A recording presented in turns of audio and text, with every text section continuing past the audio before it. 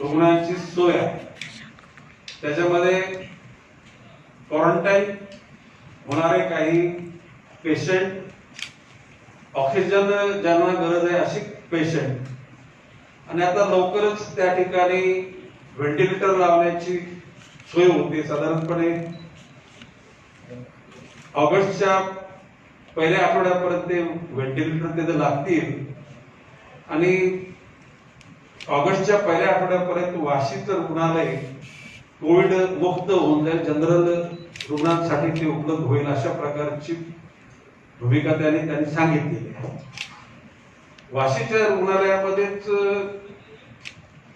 महिला रुग्णांची कुचंबना होते अशा प्रकारची माझं निरीक्षण होतं, आणि म्हणून क्वारंटाईन होणाऱ्या पेशंट मध्ये सुद्धा महिलांकरता स्वतंत्र कक्ष उभा राहावा, ऑक्सिजन मध्ये स्वतंत्र कक्ष उभा राहावा, आणि गरज पडली तर व्हेंटिलेटर मध्ये सुद्धा स्वतंत्र कक्ष उभा राहावा अशा प्रकारची चर्चा झाली आणि त्या अनुषंगानं काम करण्याचं त्या लोकांनी ठरवलं. आता एकूणच नवी मुंबई महानगरपालिका क्षेत्रात महापालिकेच्या अंतर्गत आणि खाजगीमध्ये एकूण कॉट्स किती आहेत? सर्वसाधारण कॉट्स, ऑक्सिजनच्या कॉट्स आणि व्हेंटिलेटरच्या कॉट्स, आणि बऱ्याच लोकांना कॉट्स नाहीत अशा प्रकारचं सांगितलं जातं, ऑक्सिजन नाही, व्हेंटिलेटर नाही, आणि म्हणून हेल्पलाईन सुरू करण्यात त्यांना सांगितलं. हेल्पलाईनचा नंबर त्याचा जाहीर करणार आहे, म्हणजे कुठल्याही एखाद्या नागरिकानं तिथे माहिती मागितली तर बाबा अमुक ठिकाणी कॉट उपलब्ध आहे, ऑक्सिजनचे आहे, व्हेंटिलेटरचे आहे, अशी माहिती तिथे उपलब्ध होऊ शकणार आहे. आता जे 2 इंजेक्शन्स आहेत ज्याच्यामध्ये अक्टोमेस आणि रेमडेसिविर ही जी 2 याची मागणी करण्यात आलेली आणि स्टॉक मध्ये ठेवण्यासाठी सांगितलेलं आहे. आणि जर का खाजगी रुग्णालयाला जर ते गरजेचं असेल तर घोषणवारीवरती द्या, कारण तो पेशंट जरी खाजगीमध्ये गेला असेल तो नागरिक आपला असेल, त्याच्याकडून नंतर तुम्ही ते इंजेक्शन घ्या किंवा त्याचे पैसे घ्या, परंतु आपल्या महापालिका क्षेत्रामध्ये खाजगी आणि महापालिका या अशा वादामध्ये कुठल्याही पेशंटला उपचार मिळताना अडचण होऊ नये अशा प्रकारची भूमिका सुद्धा आम्ही त्यांनी मांडली. आता एकूण मेडिकल स्टाफ, डॉक्टर आणि त्यांचे नर्सेस, आया, दाया, वॉर्ड बॉय वगैरे, त्यांचं म्हणणं आहे की आम्ही प्रयत्न चालूच आहेत. काही ठिकाणी तर आम्ही आउटसोर्सिंग करण्याची पण आम्ही तयारी दाखवलेली आहे, आणि छोट्या अशा वेळेला जर महापालिकेच्या नसल्यामुळे जर काही लोक उपलब्ध नसेल तर एखाद्या हॉस्पिटलने जर त्याचा कॉन्ट्रॅक्ट घेतलं तरी आपल्या लोकांची सोय होणं आपल्यासाठी गरजेचं आहे, आणि त्याची सुद्धा तशी तयारी त्यांनी कार्य केल्याने सांगितले. आता रुग्णवाहिकांची कमतरता होती, म्हणजे कोविडच्या पेशंटांनी अन्याय करतात, तर आता साधारणपणे जे आपले प्रभाग आहेत त्या प्रत्येक प्रभागाला एक रुग्णवाहिका उपलब्ध करून देण्याचं ठरवलं. त्यासाठी वॉर फुटिंगवर त्यांनी ती खरेदी ती करणार आहे. अँटीजन टेस्ट करण्याचं ठरवलेलं आहे. साधारण 40,000 युनिट्स त्याच्याकडे आलेले आहेत, आणि टप्प्याटप्प्यानं त्याचा प्रत्येक विभागामध्ये वापर केला जाईल. 30 व्हेंटिलेटर सुद्धा ऑर्डर आता अधिक केलेली आहे. मी तर सांगितलं की अजून 30 व्हेंटिलेटर अजून खरेदी करा. उद्याला कमतरता झाली म्हणून अडचण झाली असं होता कामा नये. थोडेसे एक्स्ट्रा झाले, त्याचा वापर नाही झाला तरी चालेल, परंतु कुठल्याही परिस्थितीमध्ये व्हेंटिलेटर नाही म्हणून पेशंट दगावला असं चित्र त्या ठिकाणी निर्माण होता कामा नये. जन आरोग्य योजनेच्या सर्व बाबी प्रायव्हेट हॉस्पिटलमध्ये सुद्धा उपलब्ध करून देण्यासाठी सांगितलं. कारण केंद्र सरकारचे, राज्य सरकारच्या ज्या काही सोयी आहेत, ज्या सवलती आहेत, त्याचं अवेअरनेस त्याची सगळ्यांना त्याची कल्पना नाही, आणि म्हणून महानगरपालिकेच्या अधिकाऱ्यांनी त्या सर्व घटकांना ती सोय मिळेल याच्यासाठी प्रयत्नशील राहण्याचे त्यांना आम्ही सांगितले. आता लॅबच्या बाबतीमध्ये सुरुवातीला त्यांनी सांगितलं होतं की बाबा आपण वाशीच्या रुग्णालयामध्ये लॅब करतो, परंतु एकूणच केंद्रीय आरोग्य मंत्रालयाच्या नियमानुसार वाशीची लॅब ती 700 स्क्वेअर फुटाची, ती काय मंजूर होणार नाही असं त्यांना सांगितले गेल्यानंतर आता नेरूळच्या हॉस्पिटलमध्ये 3000 स्क्वेअर फूट मध्ये ती लॅब सुरू साधारणपणे एक 15 दिवसाच्या आतमध्ये लॅब सुरू होईल. आणि ती लॅब सुद्धा शेवटी खाजगीकरणाच्याच अनुषंगाने, त्या कारण तिथे तंत्रज्ञान असलेले स्टाफ आपल्याकडे नाही, म्हणजे त्याचं सुद्धा आउटसोर्सिंग, म्हणजे मॅनपॉवरचं आउटसोर्सिंग करण्यात येणार आहे. डायलिसिसच्या बाबतीमध्ये सुद्धा आम्ही सगळ्यांनी भूमिका मांडली की बाबा कोरोनाच्या लोकांना तुम्ही डायलिसिसची सोय करून दिलेली आहे, परंतु जनरल लोकांना डायलिसिसच्या साठी तुम्ही युद्ध पातळीवर सोय करावी. कारण आता मुंबईला ज्यांचे डायलिसिस करण्यासाठी जात होते ते लोक आता मुंबईत त्यांना जाणं बंद झालं. शेवटी त्यांची काहीतरी इथं सोय व्हायला पाहिजे म्हणून या ठिकाणी लवकरात लवकर डायलिसिसची सोय करण्याचा सुद्धा कबूल केली. आणि वाशीच्या जी 600 स्क्वेअर फुटाची जी लॅब बनणार होती त्या ठिकाणी प्लाझ्मा थेरपीच्या अनुषंगानं त्या ठिकाणी ते युनिट तिथं वापरलं जाणार आहे. आणि एक निश्चितपणे की अन्य महानगरपालिकांच्या तुलनेमध्ये म्हणजे 100% सक्षम पद्धतीने महापालिकेचा कारभार चालला असं आम्ही म्हणणारच नाही, आम्ही समाधानीच आहोत. परंतु त्यातल्या त्या अन्य महापालिकेच्या अनुषंगानं तुलना केली तर नवी मुंबई महापालिकेचे ह्या कोविडच्या अनुषंगानं काम करणारे डॉक्टर्स, नर्सेस किंवा साफसफाई कर्मचारी किंवा पोलीस यंत्रणा निश्चितपणे समाधानकारक काम करत आहे. आणि मी तर असं म्हटलेलं आहे की एकूणच जुलै, ऑगस्ट, सप्टेंबर पर्यंत सुद्धा हा प्रभाव राहू शकतो. आणि म्हणून वेळ पडले तर या टप्प्यामध्ये आपण इंडिया बुलला आपण सुरुवात केली होती. इमर्जन्सी मध्ये इथली जर यंत्रणा अपुरी पडली तर इंडिया बुलला सुद्धा काही रूम्स चांगल्या स्वच्छ, तिथे लाईटची सोय, तुमच्या त्या ठिकाणी सॅनिटेशनची सोय, जेवणाची सोय, स्वच्छता वगैरे तिथे काही रूम्स तिथे तयार करून ठेवा. त्या ऐन वेळेला जर का ती गरज भासली तर त्या ठिकाणी कमतरता पडू नये.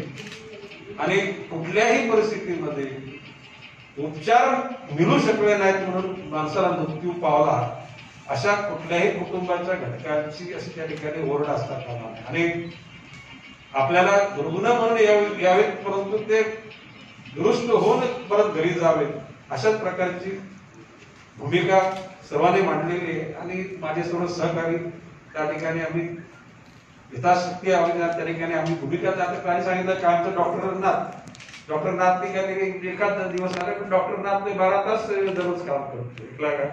म्हणजे आमचे घटक हे 24/7 आता जे इथे कंपल्सन नाही, परंतु आम्ही जे ठरवल्या पद्धतीनं वॉर्ड स्तरावर, बूथ स्तरावर रात्री 2 वाजता 1 वाजता जरी कोणाचा फोन आला तरी सुद्धा बरेचसे कार्यकर्ते, मी असं म्हणणार नाही की विविध धर्माचे, जातीचे, पंथाचे, पक्षाचे लोक सुद्धा त्या ठिकाणी काम करतात. आमचा दावा असा नाही की आमच्याच पक्षाचे लोक काम करतात, परंतु आम्ही भारतीय जनता पक्षाच्या वतीनं शहराध्यक्ष रामचंद्र घरत यांना सांगून सर्वच कार्यकर्त्यांना तशा प्रकारच्या आम्ही सूचना दिलेल्या आहेत.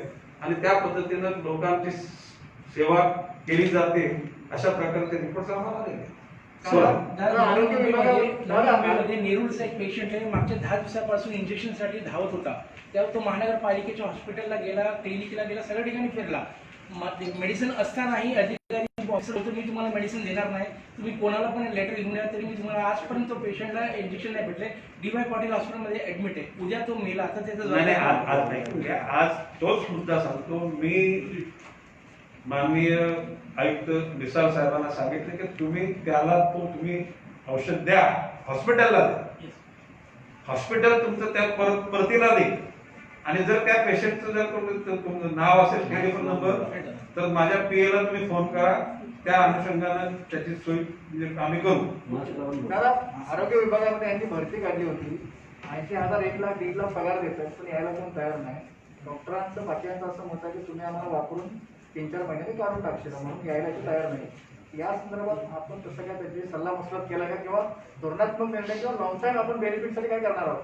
नाही, जर का अशा प्रकारच्या डॉक्टर लोकांची जर भूमिका असेल तर अशा वेळेला जे काम करतील त्या लोकांना कायमस्वरूपी त्या ठिकाणी नोकरी देण्यासाठी आम्ही आग्रही आहोत. दादा जसं तू त्याच्यामुळे लॅबचं जे काम आहे टेक्निशियन्स मिळत नाही म्हणून लॅब सुरू होत नाही ही खरी सर्वांवरतीच परिणाम झालेला आहे. नाही कशाला आपल्याकडे टेक्निशियन नाही ती गोष्ट खरी आहे होती, परंतु त्या ठिकाणी ज्या इन्स्टिट्यूटकडे अशा प्रकारचं तंत्रज्ञान असलेले लोक आहेत त्या लोकांनी आउटसोर्सिंग करून हे कॉन्ट्रॅक्ट देण्याची त्यांची भूमिका आहे.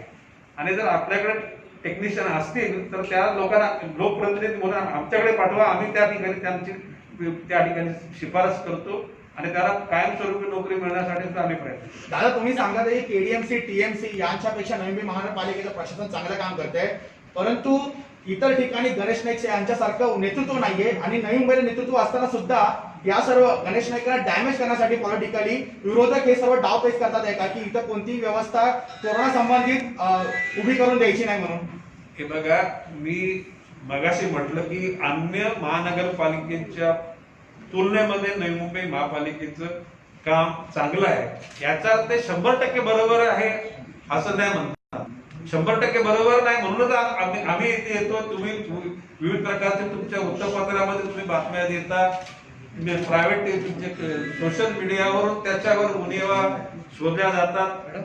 ज्या इलेक्ट्रॉनिक मीडिया आहेत त्याच्यामध्ये सुद्धा ज्या अडीअडचणी सांगितल्या जातात आणि आपण सगळेजण त्या ठिकाणी सतर्क आहोत म्हणून प्रशासन यंत्रणा सुद्धा जागृत आहे. आपण जर त्या ठिकाणी जर ऑलवेज जर शांत आहे असं म्हटलं आणि आपण जर त्याच्यावर निरीक्षण नहीं केलं तर ही यंत्रणा ढिली होत जाईल.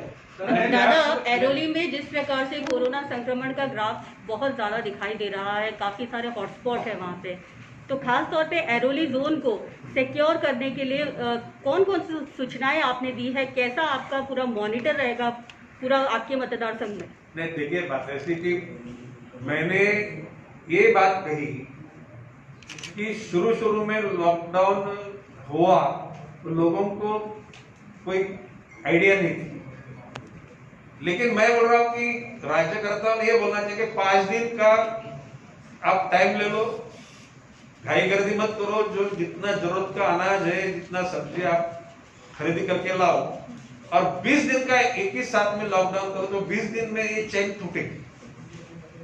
जो इमरजेंसी में जो कोविड प्रिवेंशन के लिए जो काम करते हैं वो लोगों की भी उनकी जो कोई तजवीज यानी उनकी अरेंजमेंट वही ठिकाने पे महापालिका के वार्ड में तो उधर ही रहो 20 दिन के लिए, उनका खाना पीने का बंदोबस्त करो. पुलिस यंत्रणा तो पुलिस स्टेशन में उनका काम करो कि वो लोग फिर से अपने घर में जाके घर के परिवार वालों को फिर से वो इधर से कोविड का प्रादुर्भाव करे और उनका पूरा परिवार भी. प्रिवेंशन मीन्स टोटली जिस इलाके में काम करना है उसी इलाके में काम करो. मैं चैलेंज देके बोलता हूँ 20 दिन का लॉकडाउन नॉन स्टॉप, लेकिन सबको विश्वास में लेके भाई तुम लोग किसी भी ढंग से तुम लोग को अनाज भी रेशन का मोदी साहब ने तो बोला कि नवंबर तक का रेशन फ्री करो गरीब लोगों के लिए. मोदी साहब ने तो निर्णय लिया. अभी इस कड़ी में मैं आपसे बोलना चाहता हूं कि यहाँ पे कई लोगों को इलेक्ट्रिक का कनेक्शन डिस्कनेक्ट करने का नोटिस आया है. उस दिन आपके सामने ही मैंने उनको बोला एक का भी कोविड का जो भी सिलसिला चालू है तब तक एक का भी कनेक्शन डिस्कनेक्ट किया तो हम लोग उग्र स्वरूप धारण करेंगे. हमें मालूम है लोकशाही की चौकट, हमें मालूम है लोकशाही में शासन यानी सिस्टम को डैमेज करना एक पाप है, गुनाह है, लेकिन वो सिस्टम में भी लोगों के बुरे दिन में काम में आती नहीं तो उस सिस्टम को हमने माना. आज की तारीख में तो मैं ये बोलूंगा कि राज्य शासन ने कर्जा निकाल के महावितरण को पैसा दे. महावितरण भले जुलाई, अगस्त, सितंबर, अक्टूबर जब तक लोगों को फिर से अपने काम पे धंधे पे लगना नहीं होता है, वो जब काम शुरू हो जाएगा काम 2 पैसा कमाएंगे. यदि जो बिल समझो किसी का 25,000 रुपए का हो गया तो करंट बिल समझो कि उसका 4,000 रुपया 5,000 होगा. उसमें फिर से 2-3 हजार रुपया जो पिछला बिल का एडजस्ट करते हैं, ऐसे इंस्टॉलमेंट दे दो। ऐसे वक्त में लोगों के साथ में आप रहोगे तो जनता आपसे कभी भी गलत ढंग से पेश नहीं आएगी, जनता पूरा पैसा देने का इरादा करेगी। लेकिन आज के तारीख में बिजली काटी तो वो लोग अड़चन में आएंगे तो उल्टा अनरेस्ट बढ़ेगा। तो मेरी महाराष्ट्र सरकार से यानी सिफारिश मैं करता हूं कि भाई तुम लोग कर्जा, पैसा होगा तो तिजोरी से दे दो, नहीं होगा तो कर्जा निकालो, महावितरण को सशक्त बना, और उसके बाद में लॉन्ग टर्म जैसे किसान लोगों के कर्जा के लिए भी आप नया नया अरेंजमेंट करते हैं, क्योंकि कंपनी का कर्जा, कंपनी का पैसा लेती है, लोन लेती है, और उनको पैसा देने के लिए नहीं हुआ तो उनको भी फिर से नया प्लान बना के देते हैं। इसी ढंग से हर इंसान को वो काम कार्यक्रम करना चाहिए। दादा मेरे 3-4 इशू हैं, थोड़े महत्वपूर्ण इशू हैं। बोलिए। सबसे पहला इशू तो ये है कि आप सब लोग प्रकल्पग्रस्त हैं, उसके बावजूद सिडको ने जो अपना 1500 बेड का हॉस्पिटल बनाया वो मुलुंड में बनाया, जबकि उसके पूरे कारोबार, उसकी सारी व्यवसायिक गतिविधियां नवी मुंबई की जमीन में। फिर क्या कारण है कि आप जैसे प्रकल्पग्रस्त नेता भी इस पर कोई शब्द बोलने को तैयार नहीं? देखिए, ये खबर हमने भी सुनी है, लेकिन उसकी पूरी जिसको पक्का उसको कौन से ग्राउंड पे दिया गया। देखिए, ऐसे स्थिति में किसी महापालिका के पास, किसी नगर पालिका के पास पैसा न हो तो सिडको के पास फंड है तो टेम्पररी फंड देने के लिए कोई वादा नहीं। सुनिए दादा, 80,000 करोड़ का फिक्स डिपॉजिट है बीएमसी का, 80,000 करोड़ का फिक्स नहीं, अभी देखिए, आज के तारीख में मुझे पक्का मालूम नहीं। सुनिए, खबर मैंने सुनी है, राइट टू इंफॉर्मेशन के अंतर्गत हम लोग भी इंफॉर्मेशन लेंगे और असेंबली में एक सवाल पूछने वाले हैं ना। जब ऐसी बातें गलत होती है तो यदि पहले देने का किसको, तो नई मुंबई महापालिका को, पनवेल महापालिका को पहले देना चाहिए, देना है तो, और वो टेम्पररी कर्जा दिया होगा ऐसी स्थिति में तो मैं समझ सकता हूँ, वादा नहीं कि ये स्थिति में यदि पैसा नहीं है लोगों का बचाव करने के लिए, जो पैसा किसी कारपोरेशन के पास है उन्होंने यूटिलाइज करना चाहिए, लेकिन उस पर बराबर इंफॉर्मेशन लेके असेंबली में सवाल पूछे जाएंगे और गलत ढंग से किसने किया होगा तो उस पर कार्रवाई करने का भी हम लोग मांग करेंगे। दादा एक मेरा कंप्लीट हो जाने दो, 2-3 इशू। दूसरा इंपॉर्टेंट इशू दादा ये है कि जब हम लोग कोरोना को रोकने के नाम पर करोड़ों रुपया पानी की तरह खर्च कर रहे हैं, फिर भी कोरोना मरीजों की संख्या नियंत्रित क्यों नहीं हो रही है? और क्या इस रिव्यू मीटिंग में आपने इस बात पर सवाल खड़ा किया कि नवी मुंबई महानगर पालिका, स्टेट गवर्नमेंट, सेंट्रल गवर्नमेंट और पालिका की तरफ से अब तक कितना पैसा खर्च कर चुकी है और क्या कारण है कि उसके सारे योजनाएं सफल नहीं हो रही है और एक दिन में 350 मरीज कोरोना पेशेंट निकल रहे? नहीं, देखिए, आज के तारीख में हिसाब मांगना गलत है। सुनिए, हिसाब मांगेंगे, जहाँ पे कोई गलत ढंग से खर्चा हुआ उसको भी पॉइंट आउट करेंगे, ऐसे थोड़ा ही। लेकिन जहाँ पे थिक पॉपुलेशन, जैसे कि कहीं इलाके में जहाँ पे 100 लोग रहने चाहिए, ऐसे ठिकाने पे 500 लोग रहने लगे हैं, तो उस जगह पे तो ये सोशल डिस्टेंस मेंटेन नहीं होने वाला है और वहाँ पे एक मामला शुरू हो रहा है। इसलिए मैंने एक थोड़ा पल भर के पहले मैंने बात बताई कि 5 दिन सबको खरीदी करने के लिए अनाज, सब्जी विब्जी मौका दे दो, उसके बाद मतलब 20 दिन घर से बाहर निकलने का नहीं, और खाली नाम के लिए बैरिकेड्स नहीं डालने की, टोटली 20 दिन का कट ऑफ करने के बाद में ये चेन है, साकली है, ये टूट जाएगी, उसके बाद में कोरोना पे पक्का कंट्रोल। तीसरा एक इम्पोर्टेंट इशू दादा ये है कि आजकल कोरोना का भय लोगों में इतना ज्यादा है कि कई लोग तो बीमार पड़ते ही उस भय से मर जा रहे हैं।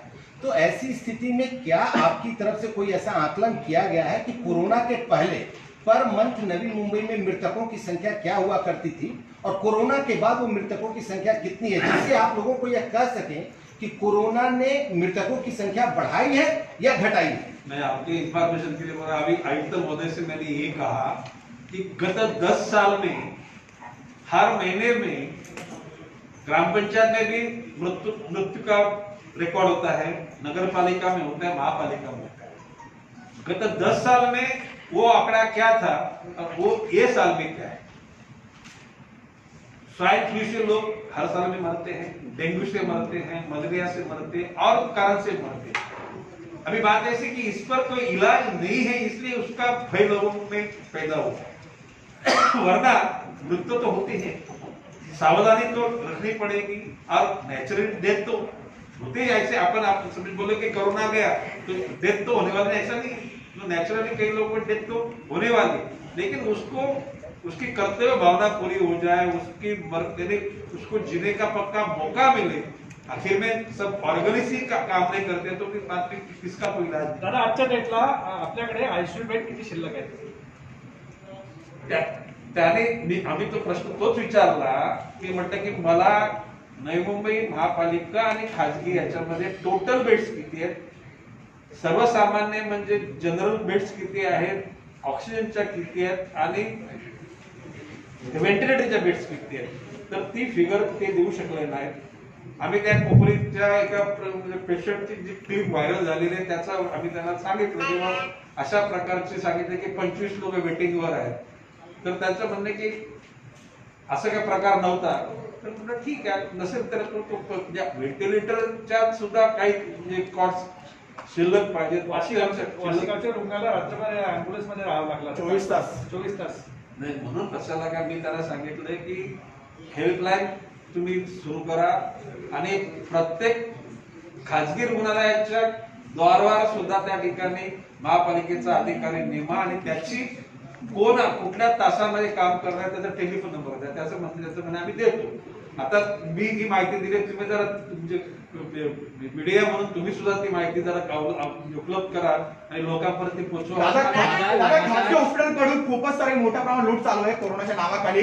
खासगी हॉस्पिटलच्या व्यवस्थापनात तुम्ही काय सांगू इच्छिता? तुम्ही त्यांना काय चेतावणी देता का जी लूट चालू आहे, आर्थिक लूट? हे बघा, हा मुद्दा मी त्यांना एक सांगितलं की सगळ्या ह्या खाजगी रुग्णालयाचे काही डायरेक्टर्स, काही मालक हे आमचे मित्र आहेत, परंतु त्या ठिकाणी 100% कारभार बरोबर चाललाय असं म्हणता येणार नाही। काही ठिकाणी लोकांना लुटलंच जात आणि ती लूट थांबवण्याच्या अनुषंगाने आम्ही काही सूचना केलेल्या आहेत। आणि किंवा मी तुम्हाला सांगते का म्हणजे मजा करा, तुम्ही समजा कुठे ॲम्ब्युलन्स मध्ये राहावं लागलं, कोणी सांगितलं इंजेक्शन मिळत नाही, आता ऍटलिस्ट माझ्या पीएनचे नंबर तुमच्या सगळ्यांच्याकडे आहेत आणि तुम्हाला एक पण सगळं माहिती आहे की बाबा प्रयत्नाची पराकाष्ठा आम्ही करू एखाद्याला वाचवण्याचं, एवढं तुम्हाला समजू। दादा तुम्ही म्हणालात की असमाधानी आहात प्रशासनाच्या कामाबद्दल, नेमकं कुठे तुम्हाला असमाधान वाटतं? बाब अशी आहे की लॅब टेस्ट सुरू होणार असं बोलले होते वाशिम मध्ये एक महिन्या आधीच ऐकून घ्या ना। आणि आता त्या स्टेजला सांगता की ती 700 स्क्वेअर फुटाची जागा, मग मी त्याला विचारलं तुमचे तज्ञ लोक कुठे आहेत, बोललो मी त्याला तज्ञ लोक कुठे आहेत तुमचे लोक, त्यांचं म्हणणं काय नाही म्हणजे ते एकूण केंद्रीय आरोग्य विभागाच्या अनुषंगाने 700 स्क्वेअर फुटची नाही असं मी 100 कामामध्ये एखादी चूक होते म्हणून आता एरवी तर आम्हाला याला काही शोक नाही, कोरोनाचं वातावरण असताना तुम्ही सगळे आपण करतोय हे आपली कर्तव्य भावना त्या ठिकाणी करतोय आणि त्या अनुषंगानं उद्याला जर त्याच्यात सुधारणा घडलं तर आपण याचं बंद होईल, काय येण्याचं प्रयोजनच राहणार नाही। दादा एक चीज और है कि आप पालक मंत्री भी रह चुके हैं, तो आपको सारी भूमिकाएं पता है। आज के समय में कोरोना को लेकर के जो सबसे ज्यादा इफेक्टेड वर्ग है वो निम्न मध्यम वर्गीय और मध्यम वर्गीय वर्ग है, जिसको कि बहुत ज्यादा तकलीफ हो रही है। ऐसी स्थिति में क्या आपने मुख्यमंत्री को कोई सुझाव, जिन लोगों की आजीविका प्रभावित हुई है कोरोना काल में, उनको लेकर के कोई सुझाव आपने मुख्यमंत्री को दिया है? मैंने देखिए बात ऐसे जन आरोग्य योजना है ना, ये योजना लोगों तक ये तो स्वास्थ्य योजना है दादा। मैं जिनकी आजीविका प्रभावित हुई है, जिनके पास आज खाने को पैसे नहीं है, उत्पन्न जिनका लॉस हुआ है, उनके लिए आपने कुछ मुख्यमंत्री को सुझाव दिया है? नहीं देखिए बात ऐसी है कि मैं अकेला जो दुनिया ने दी है कि भाई जितना हो सके इतना, जिस ग्रीन एरिया में अभी इंडस्ट्री चालू है, ग्रीन एरिया में लोग यदि खुद पर नियंत्रण करेंगे तो ग्रीन बनेंगे, ग्रीन बनने के बाद में रोटी रोजी शुरू हो जाएगी। दादा अभी मोदी साहब ने तो बोल दिया कि भाई नवंबर तक का राशन फ्री बोल दिया, केंद्र सरकार ने आपकी लेकिन दादा आप भी सच्चाई को जानते हैं कि कितने लोग ऐसे हैं जिनके पास राशन कार्ड को डिक्लाइन किया गया है। जिनके पास राशन कार्ड नहीं है लेकिन इधर रहते हैं ना, ऐसे लोगों को हमें रेफर करो, हम उनको अनाज देने के लिए रेशनिंग इंस्पेक्टर को बोल के उनको रेशन दुकान से अनाज मिलेगा, ते बंदोबस्त आपका. दादा छोटे मोठे क्लिनिक बंद आहेत नवी मुंबई मधले, डॉक्टर असो छोटे मोठे जे क्लिनिक आहेत, हॉस्पिटल्स आहेत छोटे छोटे जे असायचे सेक्टर्स मध्ये बंद आहेत ते उघडायला तयार नाहीये.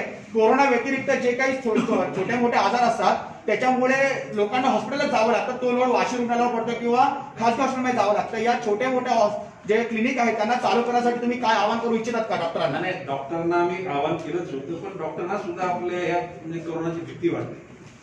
आम्ही तर महापालिकेला सांगितले त्यांना पीपीए किट महापालिकेतर्फे द्या, कोणाला खाजगी डॉक्टर लोकांना त्यांच्या स्टाफना. परंतु त्याने सुद्धा त्या ठिकाणी जर आपल्याकडे जर आर्थिक स्थिती असेल त्याने ते सुरू केलं पाहिजे.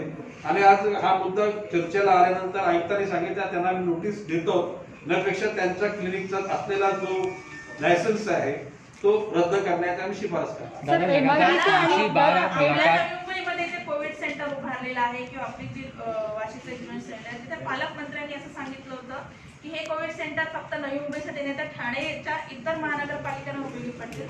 आता मध्यंतरी अशी गोष्ट ऐकायला आली की नागपूर किंवा इतर महानगरपालिकेतले पेशंट आपल्याकडे येत आहेत, खासगी रुग्णालय त्यातून भरलेली आहे, त्याच्यामुळे आपल्याला व्हेंटिलेटर उपलब्ध होत नाहीत असं समोर आलेलं आहे. ही सुविधा जी आहे ती नवी मुंबईकरांसाठी आहे. अशी काय माहिती दुसऱ्या हे बघा, आपल्या महापालिकेच्या क्षेत्राच्या बाहेरचे आपल्या महापालिकेच्या रुग्णालयामध्ये पेशंट आले त्याची माहिती माझ्याकडे नाही. परंतु आपल्या अपोलो म्हणा, रिलायन्स म्हणा, फोर्टिज म्हणा या ठिकाणी बाहेरचे लोक सुद्धा आलेले आहेत आणि शेवटी ते खाजगी त्यांचा तो अधिकार.